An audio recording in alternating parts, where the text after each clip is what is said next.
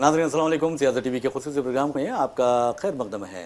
मैं मोहम्मद रियाज अहमद और मेरे साथ सैयद इस्माइल ज़बीउल्लाह। अस्सलाम वालेकुम। बहरहाल नाज़रीन, जहाँ तक खबरों का सवाल है, ख़ास खबर में आपको बता देंगे चीफ मिनिस्टर रेवंत रेड्डी के बारे में कहा जा रहा है कि वो इंतकामी सियासत पर अमल कर रहे हैं और इस सिलसिले में BRS कायदीन को निशाना बना रहे हैं। और BRS कायदीन को ख़ास तौर पर आप देखेंगे कि फ़ोन टैपिंग मामले में ऐसा लगता है कि अब किसी भी BRS कायद की खैर नहीं है। मिसाल के तौर पर आपने देखा कि किस तरह साबिक़ रियासती वज़ीर आपाशी हरीश राव को नोटिस दी गई और SIT ने उनसे पूछताछ की, घंटों तक पूछताछ की। उसके बाद KTR को तलब किया गया, फिर संतोष को तलब किया गया और इन तीनों से पूछताछ कर ली गई है। अब जो खबर आ रही है, सबसे बड़ी खबर यह है कि साबिक़ चीफ मिनिस्टर के चंद्रशेखर राव यानी KCR को भी नोटिस दी जा रही है, नोटिस भेजी जा रही है और कहा यह जा रहा है कि कल ये नोटिस अरावली जो उनका फार्म हाउस है वहाँ पर जाकर ये सिट के जो अहदेदार हैं वो उन्हें हवाले करेंगे। तो बहरहाल अब KCR को भी अब तलब करना ये बहुत, मैं समझता हूँ कि एक सियासी हलचल पैदा करने वाली बात है और ऐसी बात है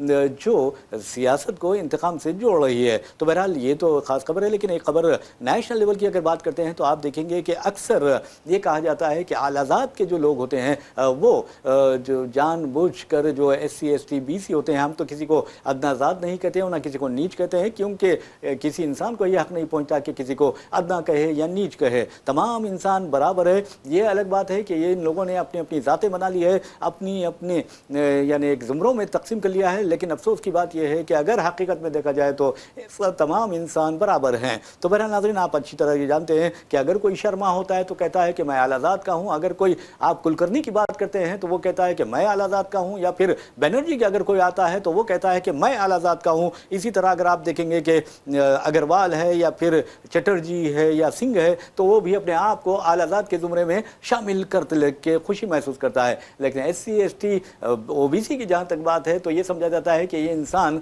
है ही नहीं। यानी आप अंदाज़ा कीजिए कि किस तरह दलितों के साथ बर्ताव किया जाता है, ये तो सब पर आया है और हम बार बार आपको बताते हैं कि किस तरह दलितों को, दलित मर्दों को, दलित ख़वातीन को, मुसलमानों को और ईसाइयों को किस तरह उनका इस्तेसाल किया जा रहा है। लेकिन याद रखिए कि जो जुल्म करता है और जब जुल्म हद से बढ़ जाता है तो फिर मजलूम भी उठ खड़े होते हैं और उठ खड़े होते हैं तो फिर जालिम का पता नहीं चलता। तो बहरहाल नाज़रीन, आपको बता दूं कि आलाजात और अदनाजात की जो बात हो रही है हम तो इससे इत्तेफाक नहीं करते, लेकिन अब हिंदुस्तान ऐसा लगता है कि आला और अदना की लिपेट में आ गया है। एक ऐसी आग है जो सारे हिंदुस्तान में फैल रही है। उसी तरह जिस तरह आपने देखा मंडल कमीशन की आग फैली थी और मंडल कमीशन ने BJP को फायदा पहुंचाया था, लेकिन अब UGC यूनिवर्सिटी ग्रांट्स कमीशन, आप अंदाजा कर सकते हैं कि हिंदुस्तान के पहले वजीर तालीम मौलाना अबुल कलाम आज़ाद की क़यादत में यूनिवर्सिटी ग्रांट्स कमीशन का क़याम 28 दिसंबर 1953 को अमल में आया था और उसने जो क़वायद बनाए थे, अब यूनिवर्सिटी के ग्रांट्स कमीशन ने जो नए क़वायद बनाए हैं यानी ज़ात पात की बुनियाद पर इम्तियाज़ पर मबनी ये क़वायद हैं। लेकिन आपको बता दूं कि सुप्रीम कोर्ट आगे आती है और सुप्रीम कोर्ट उस पर रोक लगा देती है। और आपको ये बताना है कि ST SC OBC जो हैं वो ज़ुमरों तक महदूद करते हुए UGC ने मौसर तरीके से जर्नल या गैर महफूज जो ज़ातें हैं उनको इदारा जाती तहफ़्फ़ुज़ और शिकायत के अदालत से इनकार कर दिया था। यानी आप अंदाज़ा कीजिए कि जो आलाजात के जो अब अपने आप को नाम नहाद ये कहिए, खुद साख्ता कहिए, सो कॉल्ड कहिए, तो बहरहाल उन लोगों ने कहा कि ये हमारे हुकूक पर वार है। तो बहरहाल अब ऐसा लगता है कि आला और अदना के साथ साथ अब तो शंकराचार्य और योगी के दरमियान भी ज़बरदस्त बहस और लड़ाई चल रही है। और आप देखेंगे कि शंकराचार्य को किस तरह बेइज्जत किया गया और आप अंदाज़ा कीजिए उसके बाद ये कहा जा रहा है कि हिंदुत्व और हिंदुज़म के दरमियान लड़ाई हो रही है और दोनों एक दूसरे पर इल्ज़ाम आयद कर रहे हैं कि ये हिंदुत्व को बदनाम कर रहा है, यानी हिंदुइज़म को बदनाम कर रहा है, सनातन धर्म को बदनाम कर रहा है। तो बहरहाल सुप्रीम कोर्ट ने जो UGC के नए क़वायद हैं उस पर तो रोक लगा दी है। तो हम चलते हैं इस बारे में जानने के लिए इस्माइल ज़बीउल्लाह की तरफ। जी रियाज साहब, शुक्रिया बेहद। KCR की नोटिस का SIT के हवाले से आपने बातचीत की शुरुआत की तो मैं भी वहीं से बात करूंगा। KCR को नोटिस जारी की गई है। आपने वेंडेटा पॉलिटिक्स की बात कही, बदले की सियासत की बात कही, मगर हालिया दिनों में कल्वा कुंटला तारक रामाराव KTR को जब SIT को बुलाया गया था फोन टैपिंग के मामले में, जब वो बाहर निकले उन्होंने मीडिया से बात करते हुए एक बात कही थी, वो बहुत ही गौर व फिक्र की बात है रियाज साहब के तरीके से गैर मामूली तरीके से जो है इस मामले को उठाया जा रहा है। ये हालांकि इसमें सारी शफाफियत है।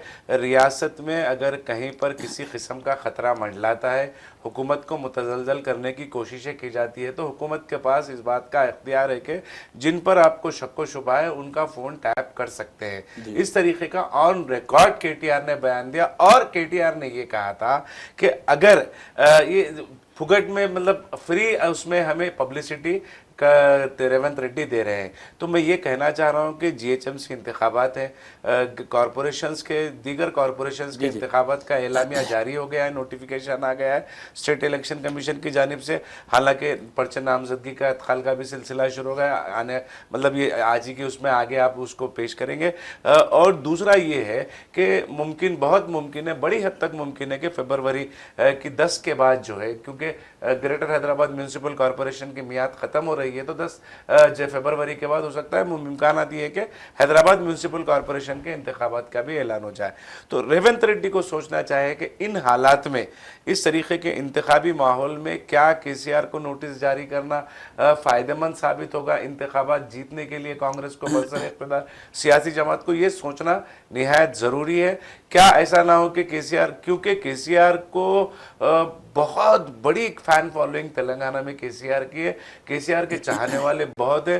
केसीआर के चाहने वालों के आप अंदाज़ा अगर करना है तो चीफ मिनिस्टर नहीं है, 2 से ढाई साल का अरसा गुजर गया है कि एरावली के फार्म हाउस पर अगर आप जाकर देखें तो लोग कतार में उनसे मुलाकात के लिए खड़े होते हैं। फैन फॉलोइंग बहुत है केसीआर की। मैं समझता हूं कि फिलहाल ऐसे हालात में केसीआर को छेड़ना या फिर नोटिस एसआईटी को तलब करना शहद के पुट्ठे पे बंडा मारने के मुतरादिफ है। नुकसान मुमकिन है कि बहुत बड़े पैमाने पर कांग्रेस को उसका खामियाजा तेलंगाना में भुगतना पड़ेगा। दूसरी बात, यूजीसी की जानिब से जो डील विद डिस्क्रिमिनेशन के कवायद के मुताबिक जो कवायद जो जारी किए गए थे, उस पर जिस पर रोक सुप्रीम कोर्ट ने लगा दी, वो निहायत ही अफसोसनाक अमल है। देखिए, हम बार बार ये कह रहे हैं, आपने भी कहा मुसलमानों के पास किसी भी किस्म का इम्तियाजी सुलूक नहीं है।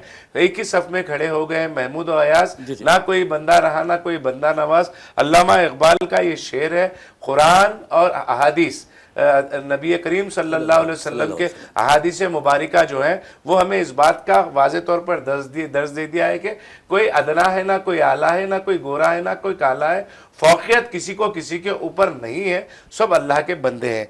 तो मुसलमानों का इससे कोई लेना देना नहीं है। हाँ, ये ज़रूर बात है कि मुसलमान इस लड़ाई में, ये जो डील विद डिस्क्रिमिनेशन की जो लड़ाई है, मिश्रा, शर्मा, दुबे, चौबे, ये तमाम बरादरियों के जो लोग हैं उनके मुताल्लिक जो लड़ाई है, वो लड़ाई में यकीनन SC ST OBC के साथ अक़लियत मुसलमान यकीनन खड़े रहेंगे।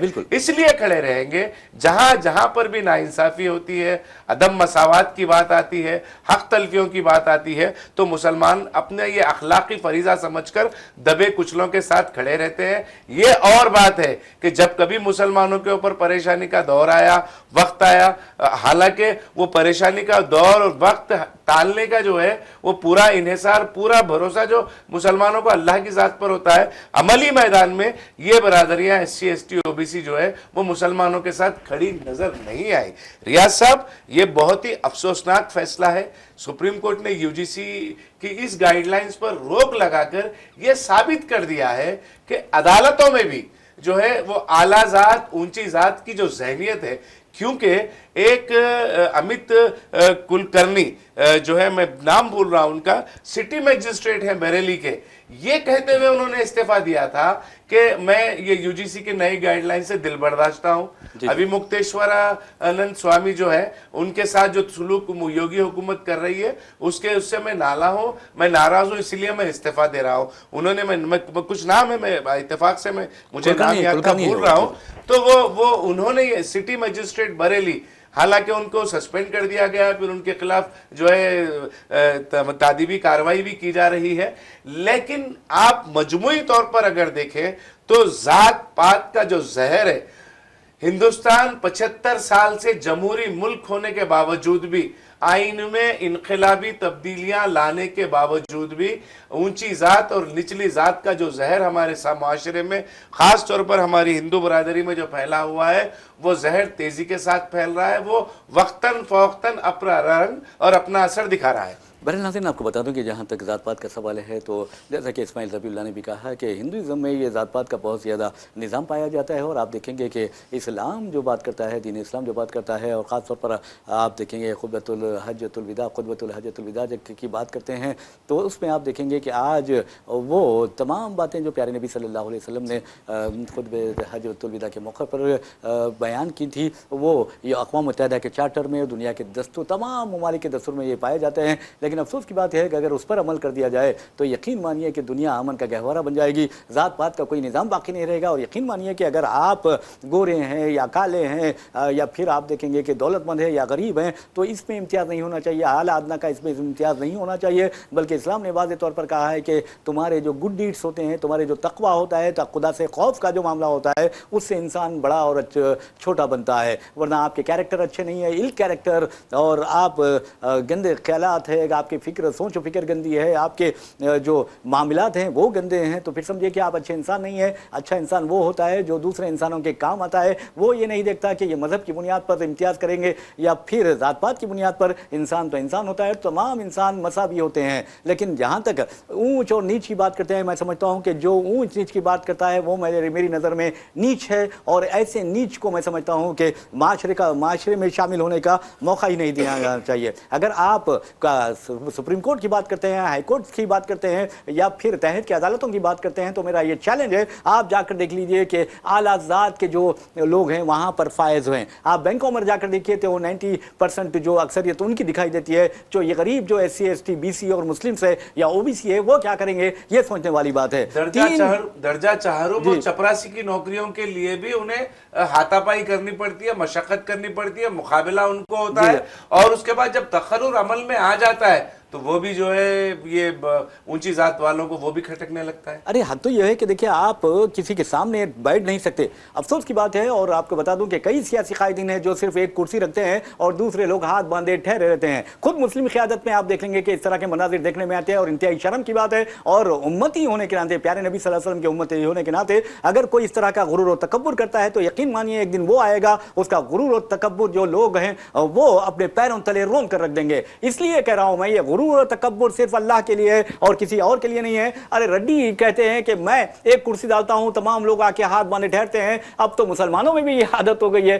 कितनी शर्म की बात है। क्या ये कुरान से दूर हो गए हैं? क्या ये सुन्नत रसूल सल्लल्लाहु अलैहि वसल्लम से दूर हो गए हैं? हयात तैयबा से दूर हो गए हैं? और बड़े बड़े दावे करते हैं। लेकिन याद रखिए, मैं पूरे चैलेंज से कह सकता हूं ये लोग कुरान से दूर है, प्यारे नबी सल्लल्लाहु अलैहि वसल्लम की सुन्नत से दूर है। क्योंकि प्यारे नबी सल्लल्लाहु अलैहि वसल्लम अगर किसी से मुलाकात करते तो उसका हाथ थामते, तो उस वक्त नहीं छोड़ते हाथ जब तक वो नहीं छोड़ता। हद तो यह है कि प्यारे नबी सल्लल्लाहु अलैहि वसल्लम अगर किसी को वक्त देते और वो वहीं पर पहुंच जाते, और अगर वो ना भी आता तो वहीं पर घंटों ठहरे रहते। ये प्यारे नबी सल्लल्लाहु अलैहि वसल्लम की सुन्नत है। और आपको ये भी बता दूं, क्योंकि हमारे प्रोग्राम में न सिर्फ हम न्यूज़ पेश करते हैं बल्कि ऐसे वाकयात भी बयान करते हैं जिससे लोगों को एक सबक मिले और एक इबरत मिले और वो सही रास्ते पर आ जाए। तो प्यारे नबी सल्लल्लाहु अलैहि वसल्लम अपने सहाबा के साथ मस्जिद नबवी में तशरीफ फरमा है, और एक धूप इस कदर ज्यादा है कि कोई ठहर नहीं सकता। तो बहरहाल एक पागल खातून आती है और प्यारे नबी सल्लल्लाहु अलैहि वसल्लम को इशारे से अपने पास बुलाती है और आपसे बहुत बातें करती है। साहबा बेचैन हो जाते हैं कि प्यारे नबी सल्लल्लाहु अलैहि वसल्लम इस धूप में एक पागल की बातें सुनते हुए ठहरे हैं,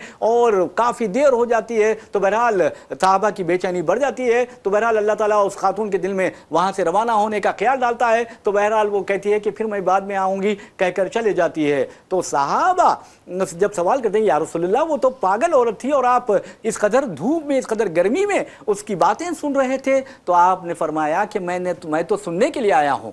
तो ये जो चीजें होती हैं, मैं समझता हूं कि आप ये जो सियासतदान आज जो इस तरह गुरूर और तकब्बुर में मुब्तला हो रहे हैं, आप उन्हें प्यारे नबी सल्लल्लाहु अलैहि वसल्लम की सीरत का मुतालिया करना चाहिए। तो बहरहाल UGC की जो बात कर रहा हूं मैं, UGC में डिफिनेशन ऑफ डिस्क्रिमिनेशन जो है, यानी जो तशरीह है या उसका जो डिफिनेशन है, उस सिलसिले में जो रूल्स आए हैं, उस रूल्स पर सुप्रीम कोर्ट ने अब पाबंदी लगा दी है, जिसके नतीजे में आलाजात, खुद साख्ता आलाजात, मैं तो आलाजात अन्नाजात नहीं मानता, तो खुद साख्ता सो कॉल्ड आला जो जात है, अपर कास्ट है, उन लोगों में खुशी पाई जाती है। अरे मेरे भाई, आप इंसाफ कीजिए, आप सबसे ज्यादा आबादी है ST SC की अगर आबादी देखेंगे तो 50% आबादी है हिंदुस्तान की। जी जी जी, यकीनन देखिए SC ST OBC अगर OBC मिला दे, मुसलमान मिला दे तो बहुत हो जाती। 80% 85% हाँ, बिल्कुल 90% की आबादी अरे है। 5% ब्राह्मण है भाई। अक़लियतें जो है वो बड़े पैमाने पर हैं। और फिर देखिए जैसा कि आपने कहा तमाम आला ओहदों पर, खाह वो सरकारी हो या खानगी हो, और फिर ये जो मतलब ज़ुमरे हैं अराकीन असम्बली के, अराकीन पार्लियामेंट के, तमाम चीज़ों को अपनी गिरफ्त में रखा है। हापुड़ में कल एक वाक़या पेश आया रियाज साहब, हापुड़ में घरों पर बाज़ाब्ता UGC की हम मुखालिफत कर रहे हैं। ये चौबे, मिश्रा, शर्मा, ये जिस इस तरीके के जो नाम के कुलकर्णी ये जो नाम होते हैं, ये लोग जो है इन्होंने अपने घरों पर लिख कर लगा दिया कि हम UGC की मुखालिफत करते हैं। UGC की मुखालिफत करें। आप देखिए UGC की मुखालिफत तो एक तरफ आप कर रहे हैं, ठीक है, नए क़वायद की, मगर उसके पसे पर्दा किस चीज़ की मुखालिफत कर रहे हैं? आप मुखालिफत कर रहे हैं कि दलितों के साथ, पिछड़ों के साथ, SC ST OBC के साथ जिस किस्म का मानदाना सलूक किया जा रहा है, उनके साथ इम्तियाजी सलूक किया जा रहा है, उन्हें जलील किया जा रहा है, उन्हें रुसवा किया जा रहा है, आप उसकी हिमायत कर रहे हैं। उसको ख़त्म करने के लिए ये क़वायद लाए गए हैं। तो जो मानसिकता, जो जहनियत है, शनिवार वाड़े का हमने इससे कबल जिक्र किया था बहुत पहले, वहां पर एक इवेंट होता है रियाज साहब, मैं हमारे नाजरीन को भी बता दूं, 31 जनवरी के दिन वहां पर एक तकरीब होती है। वो तकरीब दलितों और अंग्रेजों के साथ मिलकर मराठों से जंग लड़ी गई थी। दलितों ने जंग लड़ी थी वो। तो वो जंग लड़ी थी, किस लिए लड़ी थी वो जंग? इसलिए लड़ी थी कि वहां पर अगर कोई दलित शहर में आते हैं तो जब शहर में वो आते हैं तो अपने पैरों को झाड़ू बांधे और अपने गले में जो है एक मटका लगाए। जिस रास्ते से वो जा रहे हैं वो झाड़ लेते हुए जाए और वो मटके में थूके। आप उनको थूकने की तक इजाजत नहीं थी जमीन पर। वही दौर को लाना चाह रहे हैं ये लोग जिन्होंने UGC के नए गाइडलाइंस की मुखालिफत की है। और सुप्रीम कोर्ट जो है अदालत उज़्मा है, अदालत उज़्मा पर ही जिम्मेदारी आयद होती है। आइन की दफात के तहत जिस किस्म के फैसले अगर वो कर सकते हैं तो वो करे। और बहुत सारे मामलात में हमने आस्था की बुनियाद पर भी जो है फैसले होते हुए हमने देखे हैं, और बिना शवाहिद के भी सोच की बुनियाद पर, नजरियात की बुनियाद पर भी हम फैसले होते हुए हमने देखे। तो इस मामले में सुप्रीम कोर्ट अगर अपनी इस फैसले को अगर नहीं रोकता, ये गाइडलाइंस को नहीं रोकता, तो सुप्रीम को अदालत उज़्मा की जो मतलब अजमत है वो और इजाफा हो जाता है उसमें। बहरहाल नाज़रीन, आपको बता दूं कि जहाँ तक दलितों के साथ इम्तियाजी सलूक का सवाल है, ST SC के यानी शेड्यूल कास्ट, शेड्यूल ट्राइब यानी दर्ज फहरिस्त तबक़ात और क़बाइल के साथ इम्तियाजी सलूक का सवाल है, तो आपको बता दूं कि थूकने की इजाज़त तो दूर की बात है। बाज़ हमारे यानी शुमाली हिंद के बाज़ रियासतों में आपने देखा कि हाल तक भी ऐसा कानून था जिसके तहत दलित खातून अपना सीना छुपा नहीं सकती थी। अगर छुपाने के लिए उन्हें टैक्स अदा करना पड़ता था। इस कदर शर्मनाक बात है। आप अंदाज़ा कीजिए, क्या ये अपनी माँ बहनों को इस तरह की हालत में पेश कर सकते हैं? ये मेरा चैलेंज है, नहीं पेश कर सकते। अगर इनमें ज़री भी इज्जत है तो ये मर जाएंगे, खप जाएंगे, लेकिन इस तरह के नाइंसाफ़ी बर्दाश्त नहीं करेंगे। लेकिन बेचारे दलितों को ये इस तरह और कबाइलियों को ये इस तरह दबाते रहे हैं, इस तरह उनको उनके हुकूक से, ख़ासतौर पर इंसानी हुकूक से महरूम करते रहे, जिसके नतीजे में आप देखेंगे कि आज हर शोबे में आपको कोई आला ज़ात का ही नज़र आएगा। चाहे सुप्रीम कोर्ट जाइए, चाहे बैंक्स जाइए, चाहे फाइनेंशियल इंस्टीट्यूट्स जाइए, चाहे इन्वेस्टिगेशन एजेंसीज जाइए, तमाम में आपको आला ज़ात की भरमार दिखाई देगी। तो ये सो कॉल्ड आला ज़ात है, ऐसा कोई वो नहीं है। तमाम इंसान बराबर है, इम्तियाजी सलूक नहीं करनी चाहिए। जबकि अब इन आला ज़ात के लोगों का कहना है, जो सुप्रीम कोर्ट में अर्जी दाखिल की गई थी और उसमें वाज़ेह तौर पर कहा गया है कि ये डिस्क्रिमिनेशन जो है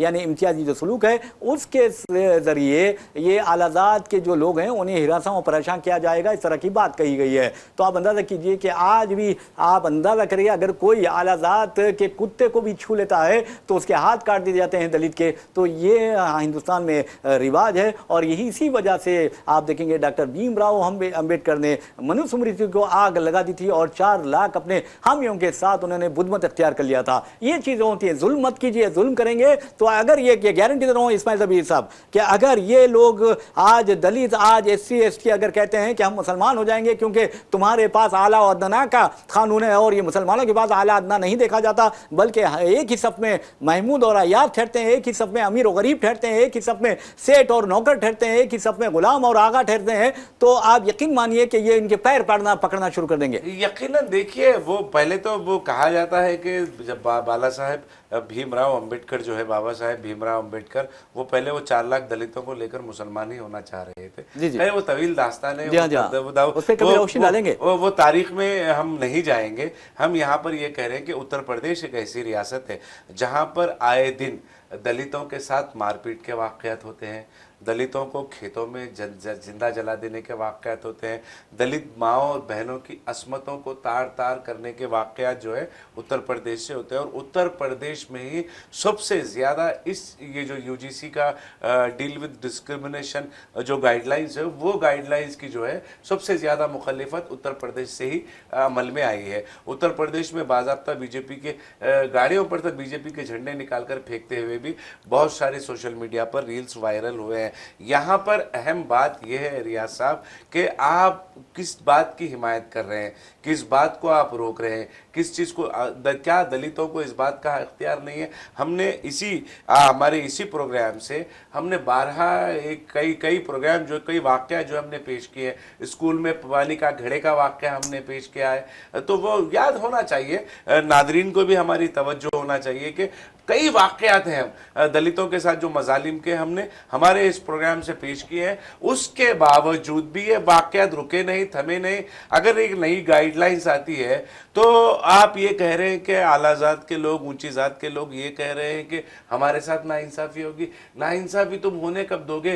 तुम्हारे इलाके से कोई दलित नौजवान घोड़े पे बैठकर अपनी बारात लेकर नहीं जा सकता और तुम ये कह रहे हो कि तुम्हारे साथ नाइंसाफ़ी होगी। तुम्हारे इलाके में कोई दलित नौजवान एक बड़ी तकरीब दावत की मुनक़िद नहीं कर सकता, तुम कह रहे हो कि तुम्हारे साथ नाइंसाफ़ी होगी। तुम्हारे इलाके में, तुम्हारे घर में चप्पल पहनकर कोई दलित नौजवान अंदर नहीं आ सकता। दूर की बात है कि वो दाखिल हो जाए, दाखिल वो नहीं हो सकता, उसको बाहर खड़ा करते हैं। तुम्हारे इलाके में अगर तुम उसको पानी अगर कोई पूछता है तो पानी ऊपर से ऐसा जानवरों को जिस तरह दिया जाता है उस तरीके से तुम देते हो। उसके बाद तुम कह रहे हो कि तुम्हारे साथ नाइंसाफ़ी होगी। ये नाइंसाफ़ी नहीं है मगर वो इजारादारी है, दबदबा है। दबदबा जो है, जो जिसको बरकरार रखना चाह रहे हैं, वो हाथ से रेत फिसलती नजर आई तो ये सड़कों पर उतर आए। और ये वही लोग हैं रियाज साहब जो आज मुखालिफत कर रहे हैं बीजेपी को गालियां दे रहे हैं। ये वही लोग हैं जिन्होंने कहा था कि जो राम को लाए हैं हम उनको लाएंगे। तो आप ये क्यों नहीं कहते जो राम को लाए उन्होंने ये UGC लाया है, ये तो आप उसको कबूल क्यों नहीं करते? आप देखेंगे कि जैसे UGC का मसला है और हिंदू जो हैं, आला ज़ात के हिंदू बीजेपी से नाराज़ हो रहे हैं, तो अब बीजेपी का ये काम बनता है कि आप देखिए आने वाली दिनों में क्या होता है, ये हिंदू मुस्लिम की तरफ डाइवर्ट कर देंगे। और यकीनन मैं माजरत चाह रहा हूं, मैं रोक रहा हूं, तो ये हुआ है, ये बताया जा रहा है। IT सेल जो है व्हाट्सएप यूनिवर्सिटी पे और IT सेल जो बीजेपी का है वो सरगर्म हो गया। वो ये कह रहे हैं कि दलितों और अपर कास्ट की लड़ाई का मजा मुसलमान ले रहे हैं। बिल्कुल लेना चाहिए, इस बात से लेना चाहिए कि अगर आप देखेंगे कि मुसलमानों को आप कब तक दबाएंगे, ये भी सोचने वाली बात है। और दूसरी अहम बात है कि मुसलमानों ने हमेशा दलितों का साथ दिया है, दलितों के हुकूक की निगरानी की है। अगर आप देखेंगे हिंदुस्तान में इनकलाब जिंदाबाद का नारा किसने लगाया है, तो आपको बताता हूं कि हिंदुस्तान में इनकलाब जिंदाबाद का नारा लगाने वाले आप देखेंगे मुजाहिद आज़ादी ने डॉक्टर BR अम्बेडकर को अपने थाली में खाना खिलाया था और उनको इंतखाबात में कामयाबी दिलवाई थी। ये होती है दलित दोस्ती, इंसानियत दोस्ती ये होती है। और मुसलमानों ने हमेशा दलितों का साथ दिया है और दलितों को भी अब अच्छी तरह होश में आ जाना चाहिए कि किस तरह उनके साथ गैर इंसानी सुलूक किया जा रहा है। दलितों को इंसान समझा ही नहीं जाता तो दलितों का फर्ज नहीं बनता, उनके लीडरों का फर्ज नहीं बनता कि वो उठ खड़े हो उस निजाम के खिलाफ जो उनके साथ इम्तियाज बरतता है, डिस्क्रिमिनेशन बरतता है, इम्तियाजी सुलूक रवा रखता है। अब दलितों को होश में आ जाना चाहिए। अगर मीम और भीम मिल जाए तो यकीन मानिए कि हिंदुस्तान की तारीख बदल सकती है, इनकलाब बर्पा हो सकता है हिंदुस्तान में। और जो फिरका परस्त दरिंदे हैं जो जात पात के नाम पर, मजहब के नाम पर लोगों को तकसीम कर रहे हैं, वो खुद तकसीम होकर रह जाएंगे। और इस तकसीम का आगाज हो गया है लेकिन जैसा मैंने आपको कहा है कि ये जो चीज है इसे हिंदू मुस्लिम में डाइवर्ट ये कर सकते हैं, और इस्माइल ज़बीहुल्लाह ने कहा कि ये काम शुरू हो चुका है। तो आपको बताने का मकसद ये है कि ये हिंदुस्तान के मफाद में बात नहीं करते, ये हिंदुत्व के हिंदुइज्म के मफाद में बात नहीं करते, बल्कि इन्हें अपना इख्तिदार अजीज है और ये इख्तिदार के भूखे हैं, इख्तिदार के बुलहवस हैं ये, और इस तरह ये इख्तिदार को बरकरार रखना चाहते हैं। बहरहाल नाज़रीन, आपको बता दूं कि जहां तक दलितों का सवाल है, दलितों को अच्छी तरह सोच फिक्र करनी चाहिए कि आज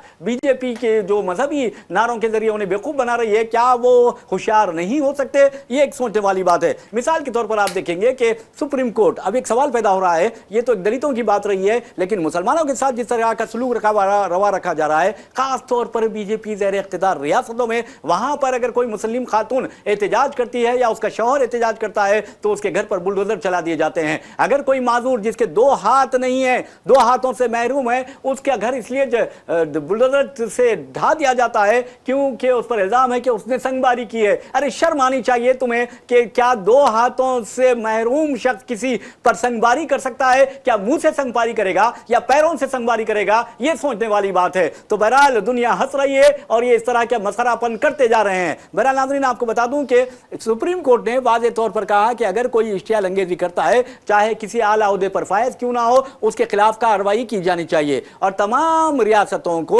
उसने अहकामात जारी किए। अब हम आपको लिए चलते हैं आसाम। आसाम का चीफ मिनिस्टर है हिमंता बिस्वा शर्मा। आपको बता दूं कि जैसा कि ममता बनर्जी ने कहा कि वॉशिंग मशीन में उसे डाला गया था और उसके दाग धब्बे पूरे धुल गए, और आप अंदाजा कीजिए कि वो अपनी खुजली के लिए भी बहुत ज्यादा मशहूर है। तो कहने का मतलब यह है कि इसके बारे में हम बताएंगे कि किस किस्म की खुजली। तो बहरहाल नाज़रीन, आपको बता दें कि आसाम का चीफ मिनिस्टर हिमंता बिस्वा शर्मा मुसलमानों को खास तौर पर कहता है कि मैं मियाँ जो हैं उन्हें परेशान करना मेरा हक है, और परेशानियां पैदा करना उनमें परेशानियां पैदा करना मेरी जिम्मेदारी है। और उसने ये भी कहा है कि बीजेपी और बराह रास्त बीजेपी बराह रास्त मियाँ कम्युनिटी के खिलाफ है। अब अंदाजा कीजिए मियाँ किसे कहते हैं? जो बंगाली मुसलमान है मगरबी बंगाल के, वो आसाम में काम करते हैं और बरसों से वो वहां पर रह रहे हैं। वो कहता है कि मैं इन मियाँ कम्युनिटी को परेशान करके रहूंगा। अरे ये तो धज्जियां उड़ा रहा है, सुप्रीम कोर्ट सुन रही है, हाई कोर्ट सुन रही है, और पूरे माहिरीन कानून सुन रहे हैं, लेकिन कोई इसके खिलाफ कार्रवाई नहीं करते। तो क्या हिंदुस्तान में कानून मर गया है? यकीनन देखिए, दरअसल आसाम में SIR के हवाले से 50 लाख नाम जो है वो हज़फ करने का एक ऐलान जो है, हज़फ किए जाने के इम्कानात का ऐलान जो है हिमंता बिस्वा शर्मा ने किया। और ये कहते हुए उन्होंने क्या ये कहा कि 50 लाख मुसलमानों के नाम मियाँ के नाम निकलेंगे। एक फ़िक्रा है जो बंगाली मुसलमानों के खिलाफ में तौहीन आमेज़ अंदाज में उसको पेश किया जाता है मियाँ लफ्ज़ का। हालांकि मियाँ का मतलब अगर उसको मालूम हो गया, हिमंता बिस्वा शर्मा को तो मियाँ बोलना छोड़ देता हूँ। पता नहीं मियाँ ने क्या किया है। ये बात और है कि उसको अंदाज़ा नहीं है कि मियाँ जो लफ्ज़ है वो लफ्ज़ कितना बड़ा और कितना अच्छा लफ्ज़ है। तो खैर, तो हिमंता बिस्वा शर्मा ने यह कहा था कि 50 लाख वोट SIR में जो है वो निकलेंगे, हज़फ होंगे, डिलीट होंगे, और उन 50 लाख मियाँ लोगों के साथ उनको परेशान करना, उनका अरसे हयात तंग करना मेरी जिम्मेदारी है। ये बात देखिए रियाज साहब, ये अखलाकी गिरावट का एक सबसे बड़ा सबूत है। नहीं, मैं समझता हूँ कि सुप्रीम कोर्ट क्या कर रही है। सुप्रीम कोर्ट देखिए, अदालत सुमोटो एक्शन ले सकती है ना? ले सकता है, यकीनन सुमोटो एक्शन सुप्रीम कोर्ट की जानिब से इस मामले पर लिया जा सकता है, क्योंकि उस फिरके मतलब इश्तियाल अंगेज तकारीर, हेट स्पीचेस के मुतालिक सख्त रिमार्क सुप्रीम कोर्ट के आए हुए थे। तो उन्हीं रिमार्क्स के हवाले से जो है सुमोटो एक्शन वो ले सकते हैं। मगर हिमंता बिस्वा शर्मा, मैं ये कह रहा हूँ, फिर दोबारा मैं ये कहूँगा, वो लाख कोशिश कर ले, दोबारा वो आसाम के चीफ मिनिस्टर नहीं बन सकते। वो हालांकि जो है उन्होंने बहुत कोशिश की है, हालिया दिनों में डावोस भी वो गए थे, और उसके बाद दिल्ली में भी बीजेपी की आला क़यादत के तलवे वगैरह जो है वो सेकने का काम उन्होंने बहुत किया है। बहुत कहकर वो करके वापस जब आने के फ़ौरन बाद उन्होंने ये बयान दिया है, और ये बयान इंतहाई अफसोसनाक है। जैसा कि रियाज साहब ने कहा कि सुप्रीम कोर्ट को इस पर सुमोटो एक्शन लेना चाहिए और फिर आईनी ओहदे पर फायज शख्स जो है गैर आईनी और गैर जमहूरी और गैर अखलाकी बातें कर रहा है और उसको मीडिया भी हाईलाइट करता है और फिर उसको लोग सुनते भी हैं। अफसोस की बात। वैसे भी गैर पार्लिमानी अल्फाज का इस्तेमाल इंतहाई गलत है। आप अंदाजा कीजिए, शर्म की बात यह है कि लोकसभा के स्पीकर हैं ओम बिरला, वो अब बीजेपी का एक रुकन पार्लियामेंट साबिका लोकसभा की बात कर रहा हूँ, और कंवर जो हैं उनको जिस अंदाज में उसने मजहब के नाम लेकर और जात का नाम लेकर गाली दी थी, मैं ये समझता हूँ कि उसको तो लात मारकर निकालना चाहिए था, लेकिन इलेक्शन हार गया। ठीक है, अवाम ने लात मारी है, लेकिन स्पीकर का क्या फर्ज बनता है? देखिए आइंदा ऐसा नहीं कहना। अरे मेरे भाई, आप एक आला ओहदे पर फायज है, आपका काम है, आपकी जिम्मेदारी है कि इस तरह की हरकत करने वाले और जो यानी गैर पार्लिमानी अल्फाज हैं इस्तेमाल करने वाले, गाली गलौज करने वाले, फहुश कलामी करने वाले और जो लैंग्वेज है, फिल्थी लैंग्वेज इस्तेमाल करने वालों के खिलाफ आप कार्रवाई करें। नहीं, आप ऐसा नहीं कहना। ये क्या है? ये जो चीजें होती है, मैं समझता हूं कि जमहूरियत को कमजोर करने वाले लोग करते हैं। स्पीकर को भी चाहिए थे पार्लियामेंट के रिकॉर्ड से अल्फाज निकाल देना काफी नहीं है। काफी नहीं है। आप हज़फ करेंगे, डिलीट कर देंगे, ये काफी नहीं है। उसके तो मैं समझता हूं कि लात मार के निकालना था, उसके खिलाफ कार्रवाई की जानी चाहिए थी, और ये बहुत अहम चीज होती है। तो बहरहाल नाज़रीन, अब अदालतों का ये इम्तिहान है, अदालतों की आजमाइश है। हिमंता बिस्वा शर्मा ओपनली ये कह रहा है कि मियाँ को परेशान करना मेरी जिम्मेदारी है, तो उसको भी, अब अदालतों को भी अपनी जिम्मेदारी निभानी चाहिए। क्या अदालतों की ये जिम्मेदारी नहीं है कि इस तरह की बकवास करने वाले, इस तरह के फिरका परस्तों के खिलाफ कार्रवाई करे? यह अदालतों की जिम्मेदारी है। काश अदालतें कहती कि इस तरह के बकवास करने, इस तरह के अजीब और गरीब हरकत करने वाले, माशरे में बेचैनी पैदा करने वाले जो हैं, उनके खिलाफ भी कार्रवाई करना हमारी जिम्मेदारी है और इसे गिरफ्तार किया जाना चाहिए। इसको जो कैफर किरदार तक पहुंचाना चाहिए। क्या अदालतें नहीं कह सकती? यह बहुत अहम बात है। बहरहाल नाज़रीन, जहां तक गद्दारों का सवाल है, हिंदुस्तान की आजादी से लेकर कांग्रेस में भी गद्दारों की कमी नहीं है। आप अंदाजा कीजिए कि शशि थरूर तिरुवनंतपुरम के ये 4 मरतबा लोकसभा के एमपी रहे हैं, मुंतखब हुए हैं, और वहां पर अब बीजेपी ने बल्दिया पर कब्जा कर लिया है। और हालिया अरसे के दौरान आपने देखा कि बीजेपी इनके किस तरह करीब कुर्बत इख्तियार कर गई थी, और ये बीजेपी के किस कदर कुर्बत इख्तियार कर गए थे। शशि थरूर आप होंगे काबिल, लेकिन याद रखिए जो इंसान गद्दार होता है वो काबिल भी होता है, तो कोई इसकी अहमियत नहीं होनी चाहिए। तो बहरहाल नाज़रीन, ये हमारे हैदराबाद में ये कहा जाता है कि अगर छुरी सोने की हो तो क्या अपने पेट में मार लोगे? तो ये मैं समझता हूं कि कांग्रेस को ये सोच लेना चाहिए कि गद्दारों को के साथ किस तरह का सलूक रवा रखा जाए। तो बहरहाल कांग्रेसी कायदीन को कम अज कम फिल्म शोले देखना चाहिए, जिसमें गब्बर सिंह गद्दारों के साथ क्या करता है। तो बहरहाल नाज़रीन, अब आपको हम लिए चलते हैं दिल्ली, और आपको बता दूं कि पार्लियामेंट हाउस में आज तकरीबन देखेंगे कि सदर कांग्रेस के साथ साथ राहुल गांधी के साथ शशि थरूर की तकरीबन 90 मिनट तक बातचीत हुई है, और कहा कि हम एक ही पेज पर सवार हैं, यानी एक ही सफ़े पर हैं। और दूसरी अहम बात उन्होंने की है कि जो मसाइल है, जो शिकायत हैं, उसका यानी दूर कर लिया जाएगा, इस तरह की बात की है। और मैं समझता हूं कि आपने देखा कि किस तरह ऑपरेशन सिंदूर के बाद कांग्रेसी कायदीन ने, कांग्रेसी क़यादत ने कहा था कि शशि थरूर नहीं, बल्कि हम जो आपको नाम देंगे उन्हें रवाना किया जाए, लेकिन बीजेपी ने शशि थरूर को भेजा। और शर्म की बात है शशि थरूर के लिए कि वो एक दौरे का मौका मिल जाता है तो बेचारा चले जाता है। यकीन मानिए, आप इंटेलेक्चुअल होंगे, लेकिन आप में गीरत भी होनी चाहिए, आप में वफादारी भी होनी चाहिए। तो बहरहाल शशि थरूर यानी एक डेलीगेशन का को लीड करते हैं, लेकिन किसी मुल्क ने भी 31 मुल्कों को भेजा गया, किसी भी मुल्क ने पाकिस्तान की मजम्मत नहीं की। तो चलिए, फिर उसके बाद आप देखेंगे कि शशि थरूर को मदऊ किया जाता है। कहां पर मदऊ किया जाता है? ये रूसी सदर जो आए हैं उनका जो इस्तकबाल दिया गया, शशि थरूर को मदऊ किया जाता है, जबकि कायदे अपोजिशन राहुल गांधी को नजरअंदाज कर दिया जाता है। शशि थरूर का यह काम बनता है कि वो उस दावत को ठुकरा देते, लेकिन आप देखेंगे कि वहां पर वो जाते हैं। तो बहरहाल कांग्रेस में गद्दारों की बहुत ज्यादा अहमियत है, वफादारों की अहमियत नहीं है। जी, यकीनन कांग्रेस में गद्दारों की बहुत अहमियत है, और कांग्रेस को अब तक जो नुकसान हुआ है अपोजिशन से ज़्यादा, बीजेपी से ज़्यादा, दूसरी सियासी जमातों से ज़्यादा कांग्रेस के अपने कायदीन के जो है उनकी वजह से कांग्रेस को बहुत ज़्यादा नुकसान हुआ है। शशि थरूर की जहाँ तक बात आप कर रहे हैं रियाज साहब, हालिया दिनों में कांग्रेस वर्किंग कमेटी के एक इजलास के बाद जो है उनकी कांग्रेस से नाराज़गियाँ बहुत मंजर-ए-आम पर तेज़ी के साथ आई थी। उनका ये इल्ज़ाम था कि राहुल गांधी ने उन्हें नज़रअंदाज किया है, और राहुल गांधी ने उनसे जिस तरीके से वो हमेशा मिलते थे, राहुल गांधी वो उनसे नहीं मिल रहे हैं। आपने कांग्रेस से भी इस बात का मुतालबा किया तो अचानक से मेरे जहन में ये बात आ गई कि कांग्रेस जो है अपनी स्ट्रैटेजी बनाई हुई है, इस तरीके के गद्दारों के साथ किस तरीके का सलूक रवा रखना है, वो सलूक रवा रखा जा रहा है।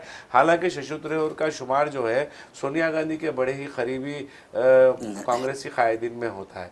उसके बावजूद भी शशि थरूर की बीजेपी से क़ुर्बत, हालिया दिनों में आरएसएस की उन्होंने जिस तरीके से तौसीफ़ व सताइश की है बंद अल्फाजों में, वो तमाम चीज़ें जो है एक आने वाले ख़तरे की तरफ इशारा कर रही है रियाज साहब।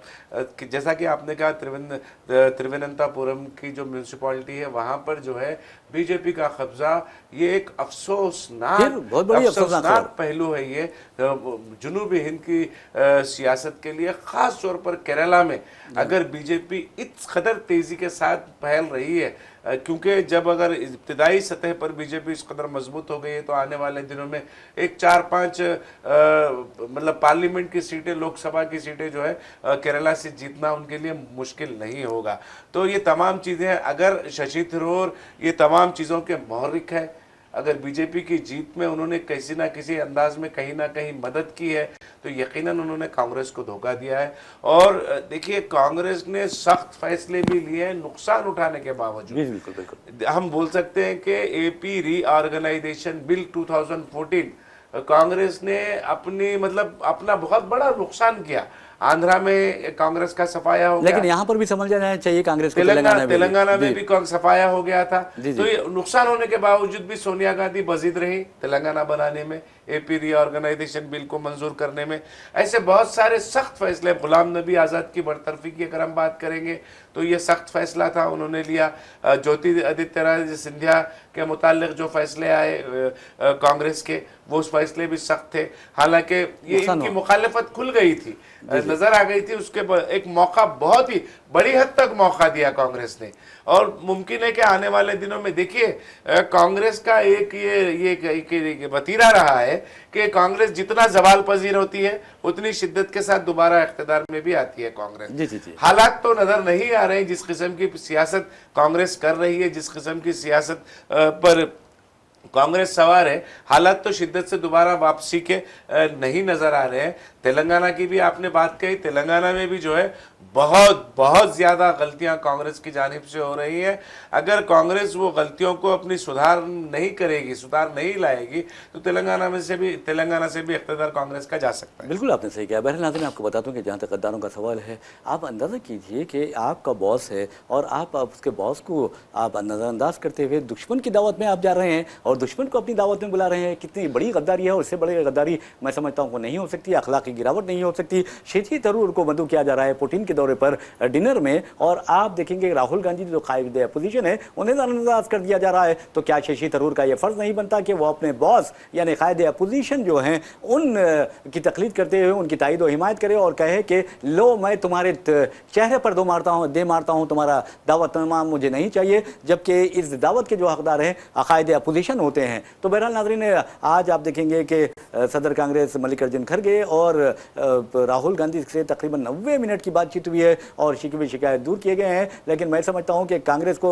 शशि थरूर के खिलाफ सख्त मौक़िफ़ इख्तियार करना चाहिए, और वैसे भी कांग्रेस को यह भी देखना चाहिए कि उसके कैंप में गद्दार कहां पाए जाते हैं। तो बहरहाल ये एक अच्छी खबर हमने आपको सुनाई, अब देखना है कि कांग्रेस क्या करती है, एक अहम बात है। लेकिन नाज़रीन, हम आपको लिए चलते हैं आलमी सतह पर। ऐसा लगता है कि जुनून पसंदी और पागलपन का दौर आए, और एक शख्स, ऐसा लगता है एक नहीं बल्कि दो अफराद हैं जो एक तो जंगी मुजरिम करार दिया गया है एक को, तो और दूसरे के बारे में अजीब गरीब खदशात भी जाहिर किए जा रहे हैं, उसके जहनी तवाज़ुन के बारे में और नफ्सियाती बीमारियों के बारे में। लेकिन हम इस बात पर तबसरा नहीं कर सकते, लेकिन ये कह सकते हैं कि इन दोनों ने सारी दुनिया में बेचैनी फैला रखी है। और मैं बात कर रहा हूँ डोनाल्ड ट्रंप और नेतन्याहू की। नेतन्याहू तो गाज़ा का खसाई है, और आप अंदाज़ा कर सकते हैं कि किस तरह 7 अक्टूबर 2023 से आज की तारीख तक 72 या 73 हज़ार फ़लस्तीनियों ने अपनी जान कुर्बान कर दी है, और नेतन्याहू उनका कातिल निकला है। और उस कातिल की मदद करने वाले कोई और नहीं बल्कि अमेरिका है, अमेरिकी हुक्मरान है, जो बाइडन हो या फिर अब फिल वक्त जो सदर हैं डोनाल्ड ट्रंप हो। डोनाल्ड ट्रंप अब एक नई बेचैनी पैदा कर रहे हैं, और वो बेचैनी ये है कि उन्होंने ईरान से कह दिया है कि वक्त खत्म होता जा रहा है, हमारी बहरी बेड़े जो हैं वो ईरान की सरहद तक पहुंच रहे हैं। और फिर ईरान को उन्होंने धमकी दी है, तो जवाब में ईरान ने भी कहा कि ईंट का जवाब पत्थर से दिया जाएगा, और ऐसा जवाब दिया जाएगा कि तारीख में अब तक अमेरिका को किसी ने ऐसा जवाब नहीं दिया होगा। तो बहरहाल नाज़रीन, अब इराक के जो वज़ीर ख़ारजा है अब्बास अराक़ची, उनका बयान मंजर आम पर आया है, जिसमें उन्होंने कहा है कि हमारे फोर्सेस के जो ट्रिगर्स है, हाथ है, वो ट्रिगर्स पर रहें, उंगलियां जो है ट्रिगर्स पर रहें, वो कभी भी दब सकता है। तो बहरहाल अब देखना यह है कि ईरान को तबाह करने की कोशिश में क्या अमेरिका तबाह हो जाएगा, अमेरिका बिखर के रह जाएगा। वैसे भी अमेरिका के बारे में आपको बता दूं कि ग्रीनलैंड के मसले पर सारी यूरोपीय यूनियन जो है वो अमेरिका के खिलाफ हो गई है, और आपने हालिया अरसे के दौरान देखा है कि बहुत अच्छा काम हुआ है, और वो काम ये हुआ है कि यूरोपीय कमीशन और यूरोपीय कौंसिल के सरबराहों को मोदी हुकूमत ने 26 जनवरी को के मौके पर, यानी यूम जमहूरिया के मौके पर बतौर मेहमान खुसूसी मदऊ किया था। और उसके बाद जो माहिदा हुआ है, आपको बताना ज़रूरी है कि यूरोपीय यूनियन के साथ 2024-25 में हिंदुस्तान का जो तिजारती यानी हजम रहा है वो तकरीबन 136 अरब डॉलर रहा है। अब ये कहा जा रहा है कि यूरोपीय यूनियन की जो मईशत है दुनिया की जीडीपी की 25% मईशत पर, यानी मईशत पर मुश्तमिल है। तो ये बहुत बड़ा माहिदा हुआ है, और इसे मदर्स ऑफ ऑल डीड्स कहा जा रहा है, तमाम मामलतों की माँ कहा जा रहा है, और अमेरिका परेशान है। जी यकीनन देखिए, ईरान ने जिस तरीके से आपने कहा कि ईरान ने अपनी जंगी मशक्क़ें भी शुरू कर दी है, उसके फौजी जो है वो मशक्क़ कर रहे हैं, जंगी मशक़ कर रहे हैं। ईरान का जो टिट फॉर टैट की जो पॉलिसी वो अख्तियार की हुई है, यकीनन एक ताकतवर मुल्क के मुकाबले में जो है एक 40 साल से तहदीदात की जद में परवान चढ़ रहे मुल्क का मुकाबला है। यकीनन देखेंगे कि क्या होता है। एक सनकी हुक्मरान जो है सारी दुनिया को मुतदलदल करने की तैयारी में लगा हुआ है, दुनिया को तीसरी आलमी जंग में झोंकने का काम कर रहा है। एक तरफ यूरोपीय यूनियन जो कभी इसके बहुत ही अमेरिका के जो बहुत ही करीबी माने जाते थे, वो आज उसके मद्दे मुकाबिल खड़े हुए। कहीं पर दीगर ममालिक के दाखिली मामलात में गैर ज़रूरी के मदाखलत, वेनेजुएला पर कब्ज़ा, ग्रीनलैंड पर कब्जे की बात, कनाडा पर कब्जे की बात, कंबोडिया के ऊपर जो है वहाँ के वसाइल पर कब्जे की बात, इस तरीके की बातें, ईरान पर हमले की धमकियाँ, इस तरीके की धमकियों के ज़रिए से मुल्क को इंतशार का शिकार बनाने का डोनाल्ड ट्रंप काम कर रहे हैं। यकीनन आपने बहुत ही एक अच्छी बात कही कि उनका जो दिमागी वो है, वो जो हालात हैं उनके, वो ठीक नहीं लग रहे हैं। इसी वजह से जो है आए दिन कोई हर दिन एक नई चीज़ के साथ जो है वो डोनाल्ड ट्रंप मंजर आम पर आते हैं। और ईरान का जहाँ तक बात है, ईरान के साथ सऊदी अरब का जो फैसला आया है वो काबिल सताइश फैसला है। सऊदी अरब ने किसी भी किस्म की मदद अमेरिका की नहीं करने का जो ऐलान किया है वो काबिल दीगर मशरक़ी वस्ता के ममालिक के लिए कोई काबिल तकलीद कदम है। बहरहाल आपको बता दूं कि कल आपने देखा कि किस तरह का एक महाराष्ट्र में हादसा पेश आता है। यानी महाराष्ट्र के deputy chief minister Ajit Pawar, जिनकी उम्र 66 साल थी, अभी इस दुनिया में नहीं रहे। कल भी हमने आपको बताया उस खबर के बारे में। आज उनकी आखिरी रस्मात अंजाम दी जा रही है। 9 बजे आपको बता दूँ कि सुबह जुलूस निकला, उनके अर्थी का जुलूस निकला, और उसमें तमाम अहम कायदीन, तमाम सियासतदान और अहम फिल्मी अदाकार भी शामिल थे। और मरकज़ी हुकूमत की जो नुमाइंदगी है वो वज़ीर दाखिला अमित शाह ने की है। वज़ीर आज़म नरेंद्र मोदी के बारे में कहा गया कि वो पार्लियामेंट में मीडिया से बात करेंगे, यानी वो शिरकत नहीं करेंगे। अब उन्होंने बयान तो दे दिया था कल, लेकिन एक बात ज़रूर है कि अजीत पवार की जो मौत हुई है उस पर शुक्र को शुबात का इजहार भी किया जा रहा है, लेकिन ख़ास तौर पर शरद पवार ने कहा कि महज ये एक हादसा है, इसे लोग तवालत न दें, क्योंकि ममता बनर्जी ने, उमर अब्दुल्ला ने, अखिलेश यादव ने और कई अपोजिशन कायदीन ने वादे तौर पर इस मौत पर शुक्र को शुबात का इजहार किया था। और आप देखेंगे कि महाराष्ट्र की सियासत में जब कोई लीडर बहुत ज़्यादा आगे जाने की कोशिश करता है तो फिर उसका खात्मा हो जाता है। और इसका आपने देखा कि कैसे बीजेपी एक लीडर थे तो वो किस तरह ऐन यानी इस कदर यानी उरूज पर थे, सियासी उरूज था, तो वो भी इसी तरह मारे गए थे, उनके भाई ने मारा था। देखिए जी जी यकीनन देखिए, हमने कल पूरी तफसील बयान की जिन लोगों का सियासी हालात, सियासी कायदीन का और अहम शख्सियतों का किस तरीके से जो है वो जो हलाक हुए हैं प्लेन और एयरक्राफ्ट जो है सानेहे में क्रैश सानेहे में। देखिए, महाराष्ट्र के deputy chief minister Ajit Pawar को तमाम सरकारी एजाज़ात के साथ जो है उनके आखिरी रसूमात अंजाम दिए गए। बारामती की फ़दाएँ जो है अजीत दादा अमर रहे के नारों से गूंज रही थी।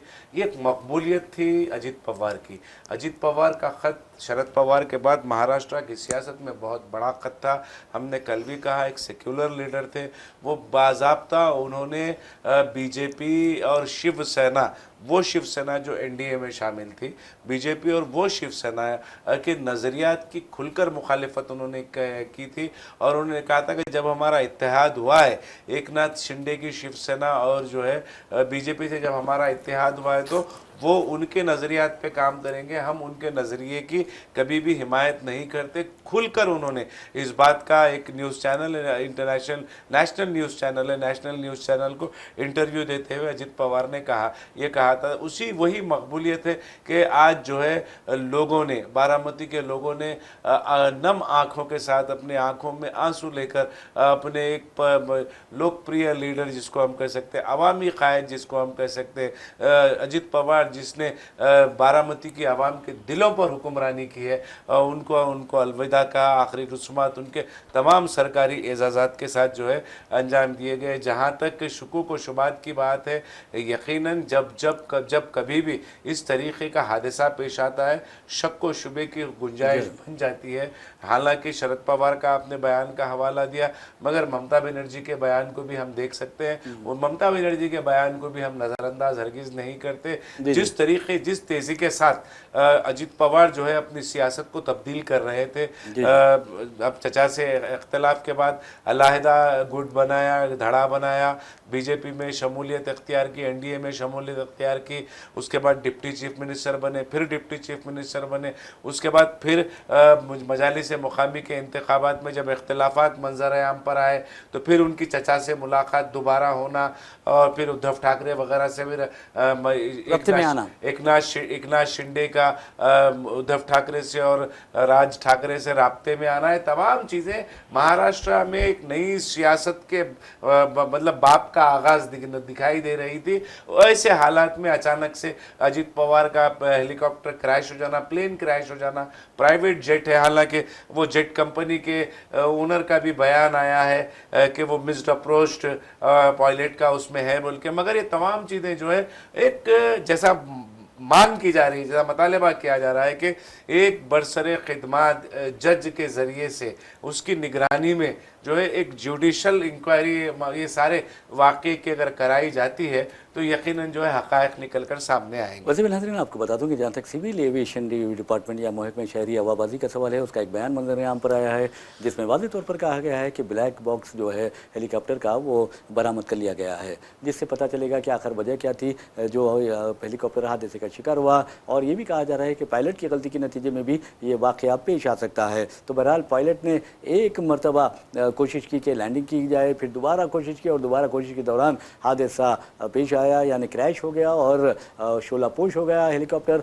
और अजीत पवार को उनकी जो दस्ती घड़ी है यानी रिस्ट वॉच है उसके ज़रिए और चश्मे के ज़रिए यानी उनके ऐनक के ज़रिए पहचाना गया। और वैसे भी नाज़रीन आपको बता दूं कि जहाँ तक शरद पवार का सवाल है, शरद पवार ने कहा कि ये महज हादसा है। तो बहरहाल अब देखना यह है कि अजीत पवार का जानशीन कौन होगा, क्योंकि उनकी बीवी सुनेत्रा जो है उन्होंने भी बारामती से पार्लिमानी इंतखाबात में हिस्सा लिया था और अपनी ननन के खिलाफ यानी सुप्रिया सोले के खिलाफ, और उन्हें वहाँ पर नाकामी का सामना करना पड़ा था। अब इनके दो बेटे हैं, वो क्या करते हैं ये भी देखने वाली बात है। लेकिन एक बात ज़रूर है कि महाराष्ट्र में एक नया दौर शुरू होगा, सियासी दौर, सियासी हलचल पैदा होगी और उसका नुकसान बीजेपी को होगा। और जैसा कि मैंने कहा है कि जो भी लीडर आगे बढ़ता है महाराष्ट्र में पता नहीं उसकी ज़िंदगी का खात्मा हो जाता है। प्रमोद महाजन की बात करते हैं, बीजेपी का लीडर, किस कदर डायनामिक लीडर हुआ करते थे। 2006 में उनको उनके ही भाई ने गोली मारकर कत्ल कर दिया था। तो आप अंदाज़ा कीजिए कि इस तरह के वाक़यात महाराष्ट्र की सियासत में होते रहते हैं, लेकिन पॉलिटिक्स बहुत गंदी होती है और ऐसे में आप देखेंगे कि ये वाक़या और हाँ पॉलिटिक्स का मामूल होते हैं। बहरहाल नाज़रीन, इसी के साथ हम अपना प्रोग्राम इख्तिताम को पहुँचाते हैं। अपने मेज़बान मोहम्मद रियाज अहमद और मेरे साथी सैयद इस्माइल ज़बिल्लाह को इजाज़त दीजिए। इंशाअल्लाह फिर मुलाकात होगी, फिर बात होगी। तब तक के लिए अल्लाह हाफ़िज़। अल्लाह हाफ़िज़।